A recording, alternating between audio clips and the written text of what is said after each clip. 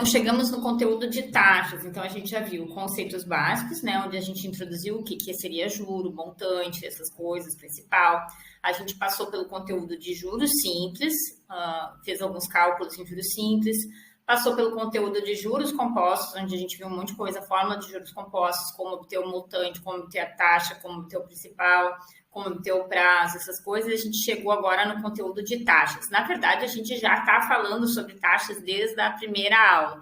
O conteúdo de taxas, ele permeia todo o conteúdo de matemática financeira. Todas as sessões que a gente vai ver, vai ter alguma taxa para a gente estudar, algum conceito novo sobre taxa, coisas importantes sobre taxas. Então, compreender o que é uma taxa, compreender as diferenças entre os tipos de taxas é algo essencial para ter o domínio da matemática financeira. É algo essencial não para ter o domínio assim completo, não é para ter nada extraordinário, é simplesmente ter o domínio do conteúdo de taxas é essencial para saber o mínimo de matemática financeira. Se a gente não tem domínio sobre o conteúdo de taxas, a gente não compreende a matemática financeira.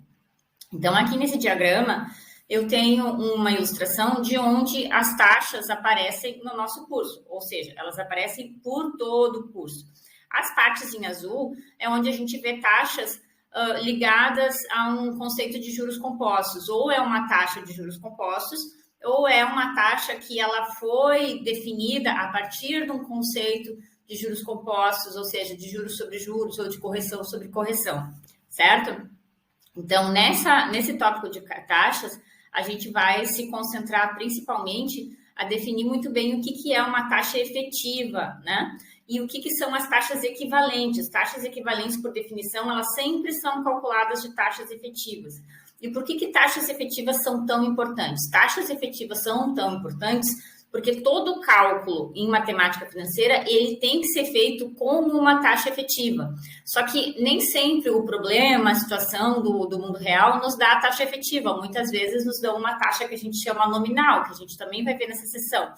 Uma taxa nominal é uma taxa informativa que ela é proporcional a uma taxa de juros efetiva. Por exemplo, em financiamentos imobiliários, é muito comum se informar uma taxa nominal de, digamos, 12% ao ano. Tá? Então, lá na informação diz a taxa nominal de 12% ao ano, mas as prestações são pagas mensalmente.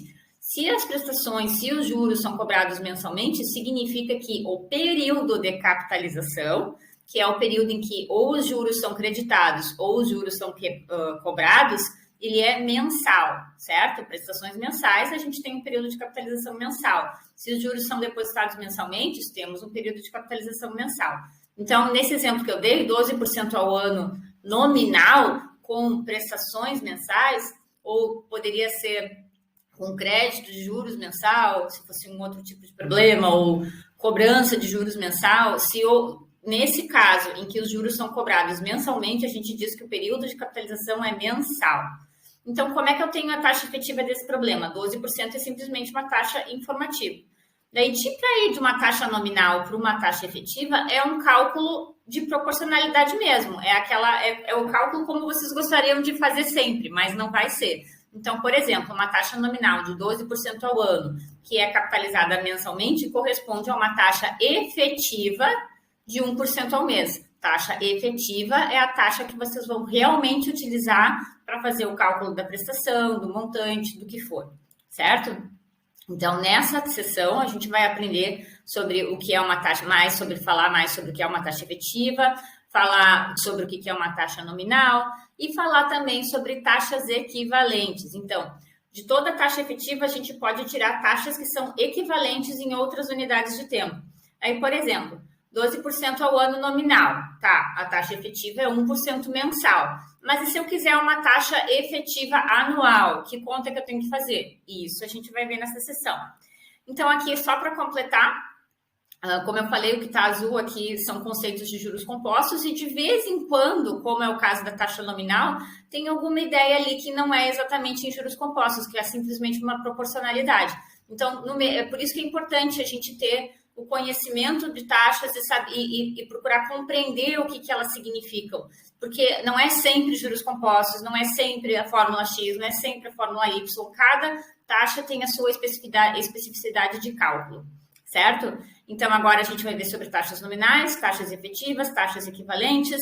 Na próxima sessão, a gente vai ver sobre taxa de descontos. Parte do que a gente vê em descontos segue uma lógica que não é de juros compostos, mas que a gente pode transformar de juros compostos pela definição da taxa implícita efetiva. Mais tarde, a gente vai ver anuidades, compras parceladas. Daí lá, a gente vai ver também o conceito de SET, que é o custo efetivo total, que é um conceito que é um conteúdo novo na disciplina, não estava incluído no programa da disciplina, só nos vídeos. E eu decidi incluir ele porque ele é um conceito muito útil no nosso dia a dia. Quando vocês fazem uma compra parcelada, quando vocês fazem financiamento, vem essa informação do SET, então a gente vai ver sobre o que é isso. Ele não é exatamente uma taxa de juros, mas ele é uma medida do custo daquele financiamento. Mais tarde, a gente vai ver sobre análise de investimentos. E daí, lá em análise de investimentos, a gente vai conhecer a TIR, que é a taxa interna de retorno, que é uma medida de quão bom ou quão ruim é um investimento. A gente vai ver sobre TMA, que é a taxa mínima de atratividade, que é aquela taxa que tem que ser pelo menos ali para um negócio valer a pena, e como ela é usada para análise de investimentos. E a gente vai encerrar o curso, o último tópico do curso vai ser correção monetária. Daí lá a gente vai ver sobre taxas de correção monetária, taxa aparente, que é aquela taxa que, na verdade, ela não é uma taxa de juros, porque nela está embutido uma taxa de correção monetária. Então, por exemplo, a Selic, vocês já devem ter ouvido da taxa Selic aqui no país, né?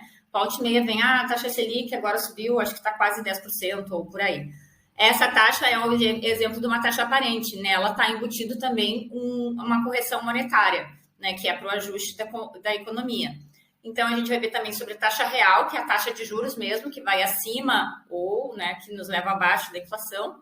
E também índices de correção monetária, que daí já não é uma lógica de juros compostos, é uma lógica de correção de preços. Então, eu só queria fazer esse vídeo para que vocês, apesar de parecer simples algumas contas, levem a sério a ideia de que conhecer sobre taxas, de conhecer as diferenças entre as diversas taxas, isso é importante, isso é o que vai levar ao domínio de vocês de matemática financeira. Então, sempre que vocês daqui para diante virem eu introduzir uma taxa diferente, prestem muita atenção, tá? Porque saber como tu vai sair daquela taxa, como que aquela taxa se relaciona com uma taxa efetiva, o que representa aquela taxa, é o que vai dar para vocês o domínio de matemática financeira.